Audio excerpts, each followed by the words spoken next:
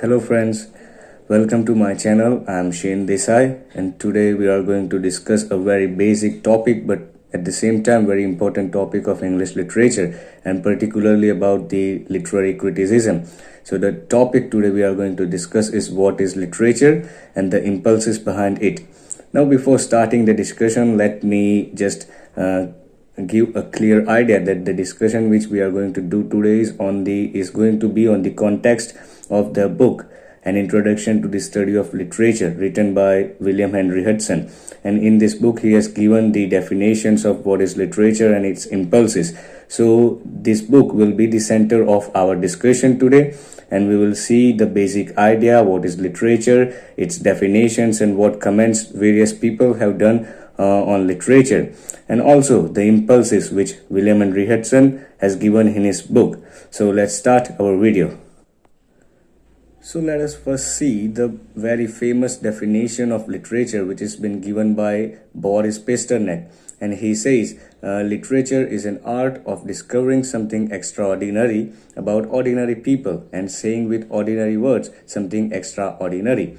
Now this definition is going to be a loop to loop, like you will see what is this ordinary and extraordinary, but once or twice when you will read it you will understand what this person is trying to say. Let me repeat the definition once again. Literature is an art of discovering something extraordinary about ordinary people and saying with ordinary words something extraordinary. This definition was been given by the Nobel Prize winner Boris Pasternak. Now in his book, William Henry Hudson has also said and made various comments. Now, William Henry Hudson particularly is one of the leading figure of English literature. He was a British author, naturalist, and a mythologist. And in his book, he says that literature can be defined or considered as something which is printed or written.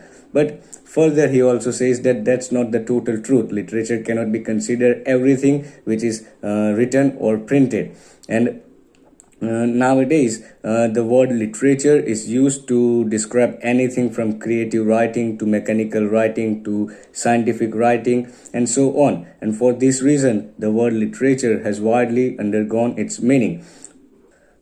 Hudson divides literature into two divisions. The first category of literature can be said that the books which gives us information, and the books which does not gives us information but gives us pleasure. And the second category of literature, in the words of Thomas de Quincey, is called as the literature of power. Now the literature of power includes the medical science, the literature of particular medicines. Now this literature is known as the literature of power, and Hudson has also given one category which is the literature which the books which gives us pleasure and the books which gives us information. So this is the two divisions given by Hudson in his book. Now when Hudson says that one book which gives us information and one book which gives us pleasure, he has also given an example regarding it.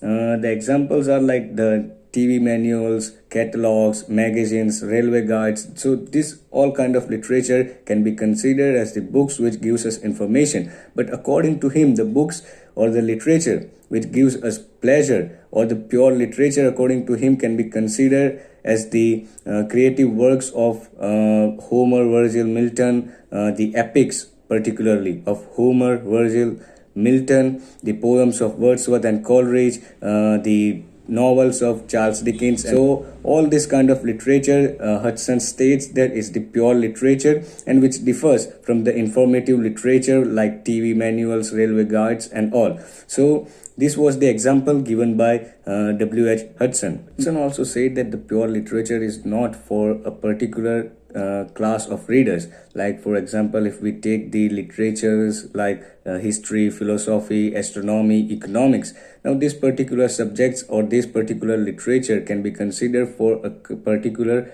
class of readers. But the pure literature or the general literature like epics or the poems or the novels is not for the particular class of readers. It is for whole human mankind. The main objective of pure literature or general literature is to serve aesthetic pleasure or aesthetic satisfaction. Now, what does this term aesthetic pleasure means? Now let us understand this term aesthetic pleasure or aesthetic satisfaction with an example. For example, we can say that a person is only been provided by one life, and in this one life many people cannot achieve or gain whatever they want. So literature gives them a chance to live many life at a time, at the same time, and they are able to live the life in various colors and various forms. So by this thing we can say that literature gives us chance to enjoy the life or one or more life at the same time. So this is what this example proves the term aesthetic pleasure. Let us see some of the comments made on literature by different people. Let us see line by line and some of the quotes or comments made by different people. William Henry Hudson says that great books grows directly out of life. After this, Matthew Arnold says that literature is criticism of life. Hudson again says that literature is an expression of personality. So these were a couple of quotes and definitions given in the book of W.H. Hudson.